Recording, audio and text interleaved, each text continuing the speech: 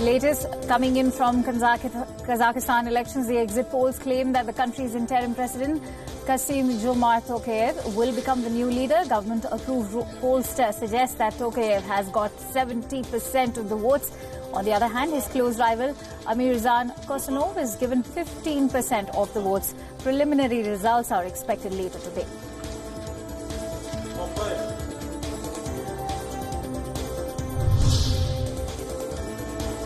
Top financial leaders of the group of 20 known as G20 nations met in the Japanese city of Fukuoka for talks on a range of issues, including taxes, debt and artificial intelligence. The leaders gathered to also discuss the potential risks to the global economy with the current trade war between China and US. Talks between both the sides have stalled after 11 rounds of negotiations, and the countries have been threatening further action, adding to uncertainty in financial markets. Chinese President Xi Jinping is set to pay state visits to Kyrgyzstan and Pakistan from 12th of June to 16th June, according to the Foreign Ministry spokesperson. The Chinese President is attending the 19th meeting of the Council of Heads of State of the Shanghai Cooperation Organization, or the SCO meeting, which is all set to be held in the capital city of Bishkek in Kyrgyzstan. Xi Jinping will also attend the 5th summit of the Conference on Interaction and Confidence-Building Measures in Asia in Dushanbe, the capital city of Kazakhstan.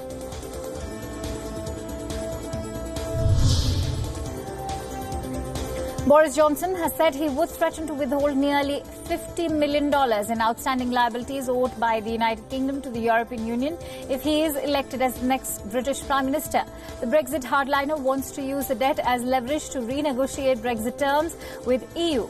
The money represents outstanding commitments that Britain has already made with the EU as an existing member of the bloc. Johnson is the front-running candidate to replace outgoing Prime Minister Theresa May, who officially resigned as Conservative Party leader.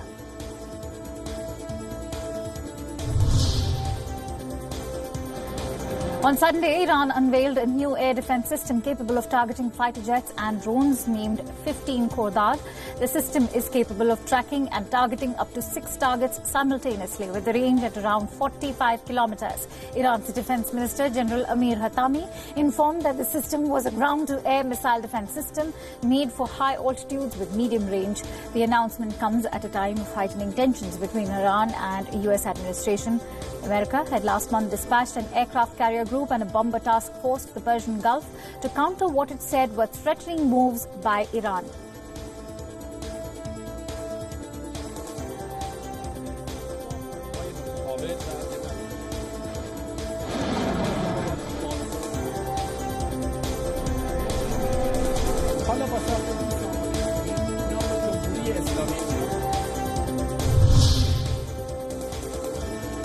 German Foreign Minister met with Jordanian Foreign Minister WION Al-Safadi in the Jordanian capital of Amman over the increasing tensions between Iran and the US. Mas said that Germany will support Jordan with an unconditional loan of $100 million. Al-Safadi also said both the countries were in agreement that the two-state solution is the only solution to end the Israeli-Palestinian conflict. Mas' visit to Jordan is a part of the 4-day Middle East tour to de-escalate tensions between Iran and the United States.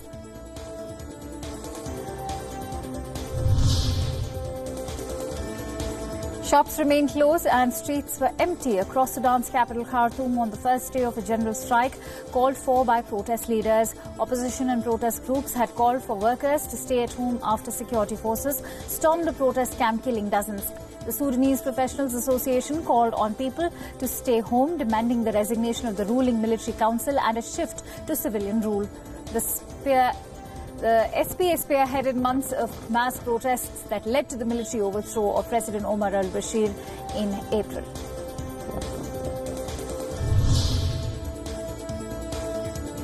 Israeli naval forces on Sunday took control of a blazing cargo ship at the captain's request near the coast of Haifa. The forces had been alerted of a fire being started on board by unidentified elements. After hours of search, an unlisted passenger was caught and later handed over to the Israeli police. The incident was hence declared over. As per local media reports, the ship had arrived from the port in Mersin in Turkey and was flying a Panamanian flag.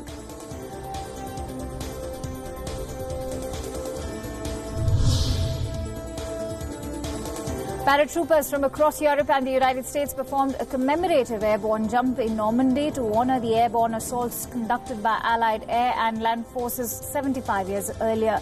The jump concluded a week of events commemorating the 75th anniversary of the D-Day landing on 6 June 1944. More than 900 military paratroopers jumped from sea, 130 aircraft into the Iron Mike drop zone near St. Megalis. St. Megalis was the first village liberated by Allies on D-Day.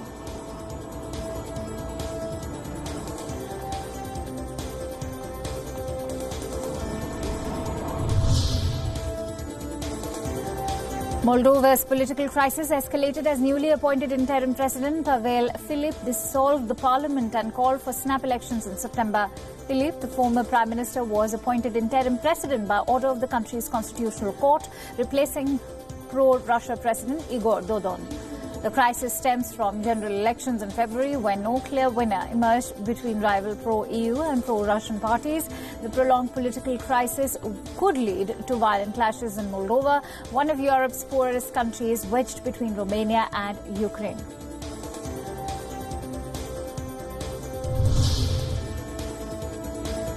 Hundreds of Argentinians marched in Buenos Aires in support of Leandro Rodriguez, a doctor prosecuted over his refusal to carry out an abortion. The gynecologist in the southern Rio Negro province was found guilty of misconduct for failing to carry out a legally warranted abortion on a woman who had been raped. The case is symbolic in Argentina's ongoing debate about the decriminalization of abortion. In Argentina, abortion is only allowed in case of rape.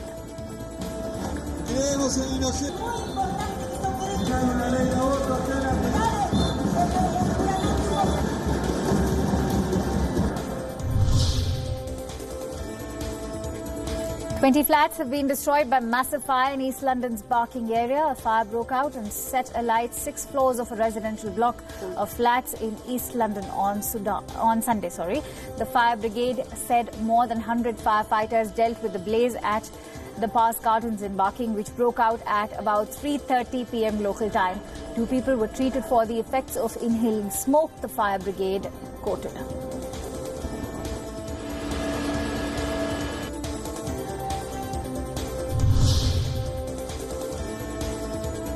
Mexican President Andrés Manuel Lopez Obrador says, and I quote, "We celebrate the agreement." After the U.S. and Mexico hammered out a deal averting U.S. tariffs on Mexico, he led celebration rallies as the markets breathed a sigh of relief. The rights groups condemned what they called a draconian crackdown on migration. He told the crowd in Tijuana that he is raising an open hand instead of closed fist to U.S. President Donald Trump.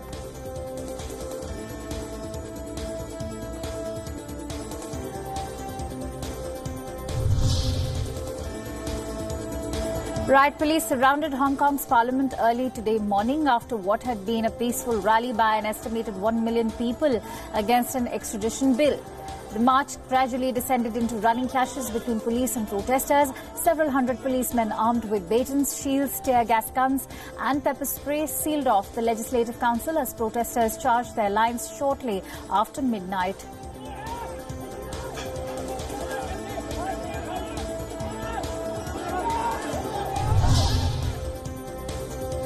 Assad's government holds majority of Syria under their control due to the 2015 Russian intervention.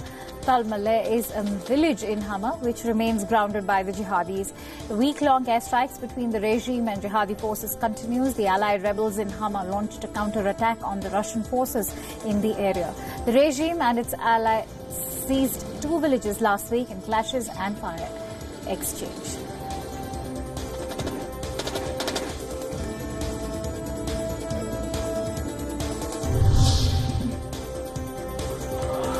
Thousands of people took out a protest march in Venice. They are demanding for the cruise ships to be kept out of the city's lagoon. The protest came 6 days after an accident between a cruise ship and a smaller riverboat at the city's Giudice Canal. A much smaller tourist riverboat had been struck by a speeding cruise ship, injuring 5 people. Environmentalists have been complaining of the huge cruise liners wearing down the city's fragile foundations and also dredging up the lagoon's muddy bottom.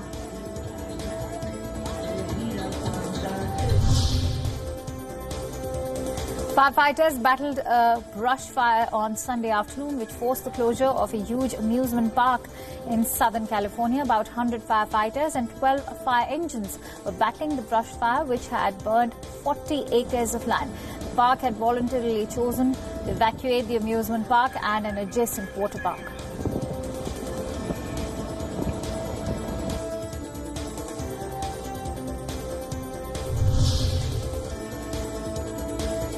In stories from India, the search for the Indian Air Force's AN-32 aircraft entered its 8th day today.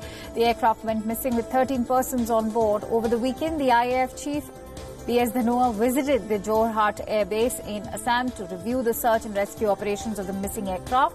The IAF has also announced a cash reward of 5 lakh rupees for anyone with credible information leading to the discovery of the missing transport aircraft.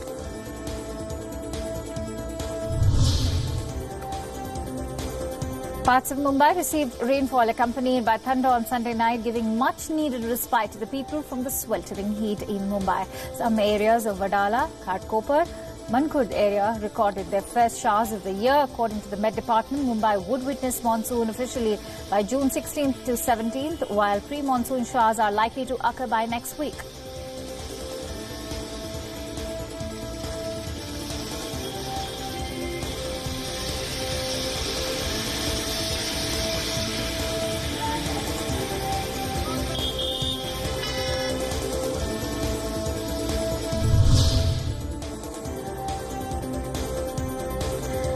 In other international stories, Spanish police have freed 8 women who were being held at a house in Marbella. They also arrested 21 presumed members of a gang that allegedly sexually exploited them. Police said in a statement that Argia, the women were prevented from leaving the basement of the house where they worked as prostitutes. Police believe that the arrested suspects were part of a Portuguese-led gang that also sold drugs. Authorities acted on a tip-off to a police hotline for cases of sexual exploitation.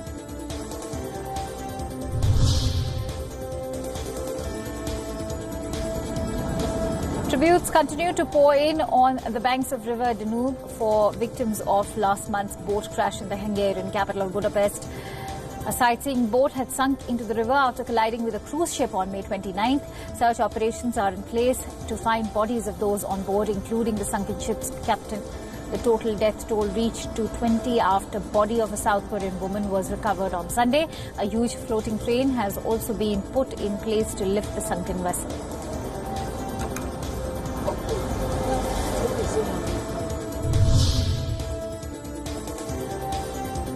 Colourful, beautiful skies greeted Londoners when they woke up on Sunday morning. Around 50 hot air balloons took off from the Battersea Park at 5:15 a.m. local time as part of the annual London Lord Mayor's hot air balloon regatta. Colourful balloons that flew over the Thames River and also made their way over other landmarks like the London Eye, Houses of Parliament and Canary Wharf.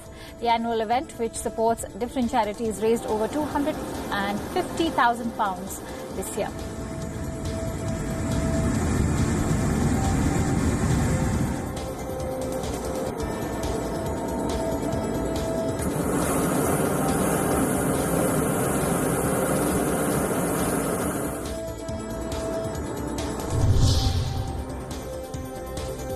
A captivating light show display intrigued residents on Sunday in Wuhan City, capital of central China's Hubei province, as it marked the opening of the 2019 Wuhan Lotus Festival and the China 2019 Stamp Exhibition. A theatre lit up with lotus animations during the light show, with 400 drones lighting up the sky to great amusement of the crowds. The drones were equipped with colourful lights and rose up in the sky, forming different patterns, animations and 3D shapes.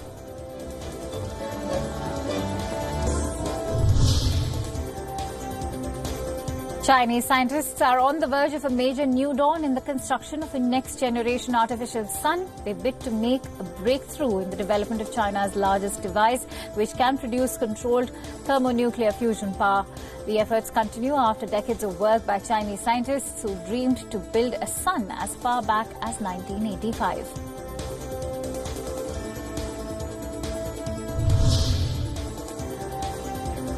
The Lebanese Ministry of Environment has launched a new national beach cleanup campaign to convey a cleaner image of Lebanon.